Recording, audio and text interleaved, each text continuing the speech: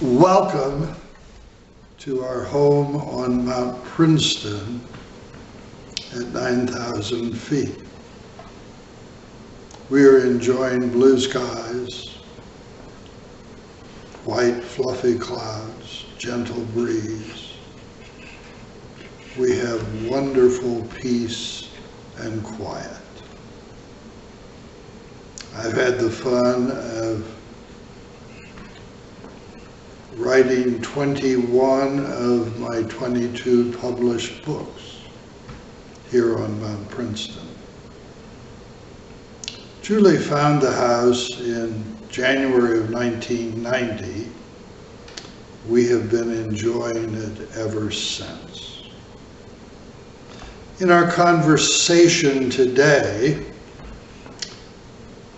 I want us to have the fun of visiting about the motives that you can develop that will help you to have a whole, healthy life with grace, peace, and hope. God blesses you with these motives for living: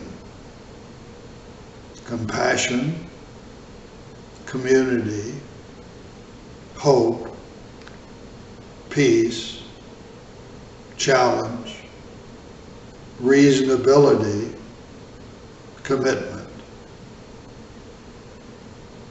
You are welcome to grow forward whichever one or two you would have fun developing at this point in your life.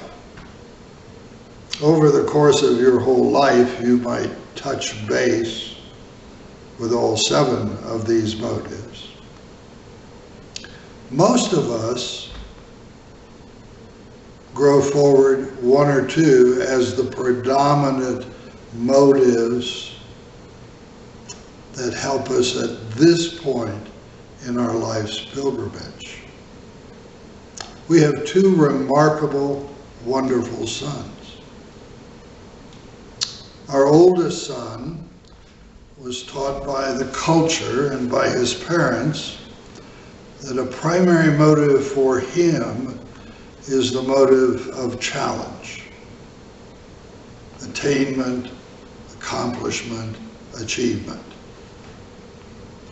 Over the course of his life, he has lived out all 7 of these motives, and there's a primary, predominant motive of challenge.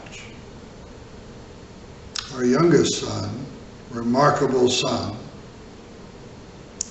is the only one who ever had to learn how to get along with 3 other people: his older brother, mother, and father.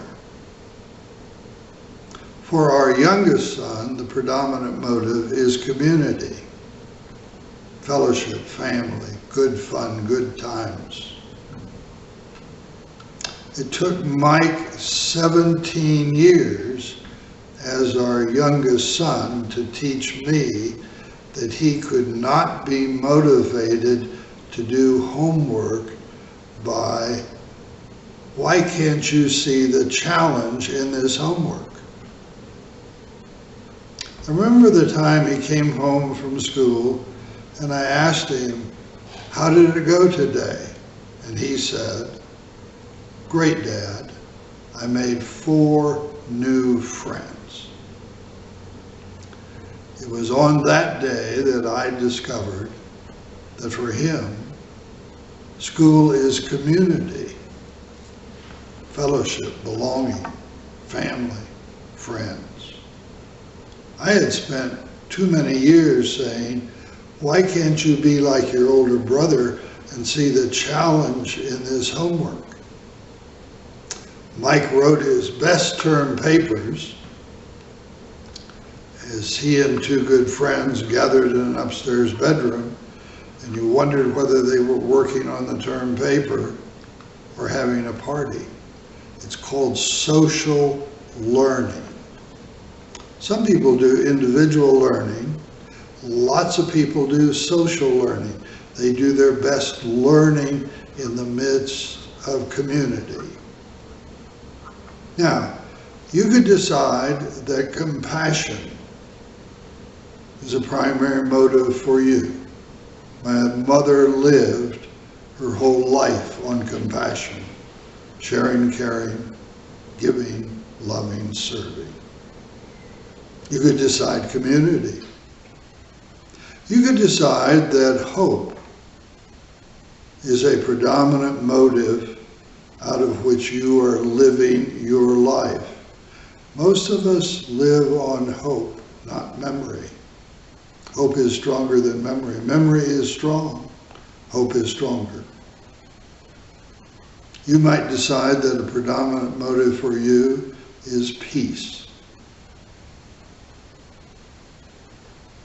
All of us long for moments of peace in our lives.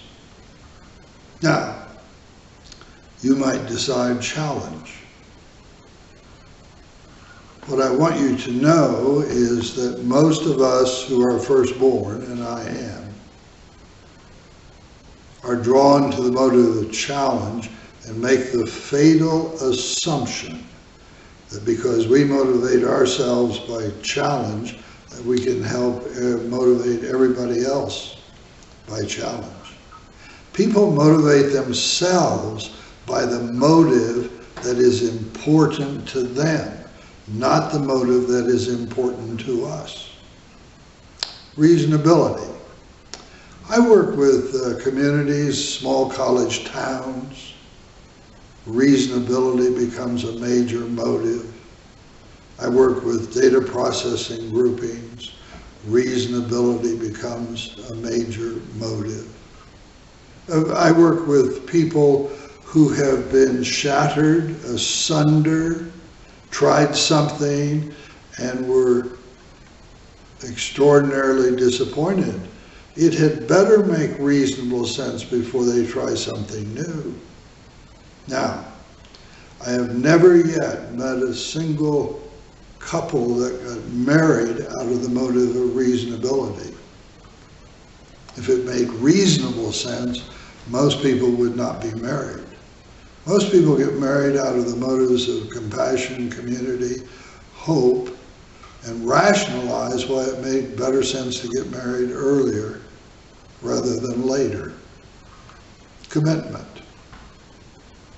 I work with some groupings who say to me, Dr. Callahan, what we need in this group is people with more commitment. And I will say to them, good friend, you have just taught me you're a long-time participant in this group.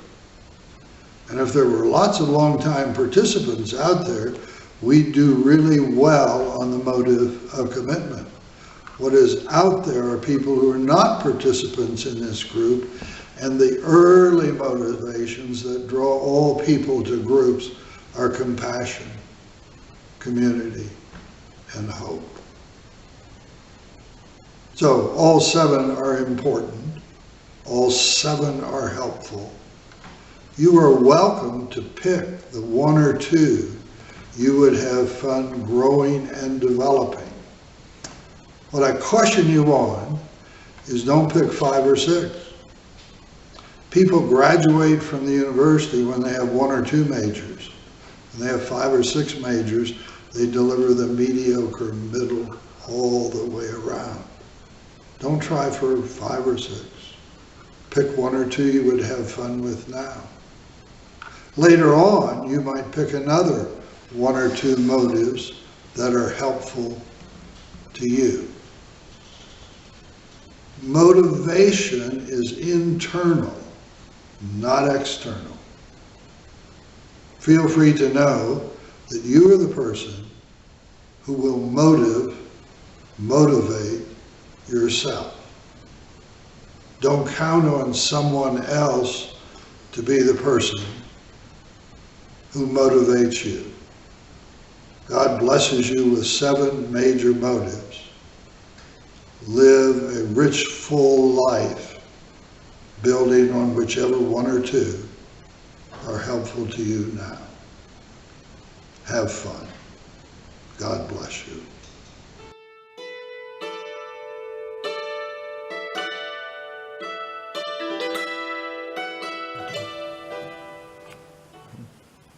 Welcome. Julie, Bob, and I invite you to have the fun of benefiting from my newest book, Freedoms, Grassroots, Hope. You can discover the book through Amazon.com, and you can have the benefit of either Kindle or soft cover edition. You will find the book extraordinarily helpful in your life and in the lives of your friends and family, work associates, and community.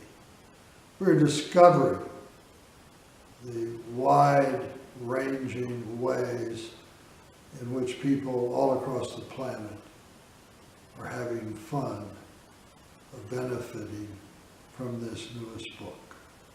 We encourage you to discover it, benefit from it today. God bless you.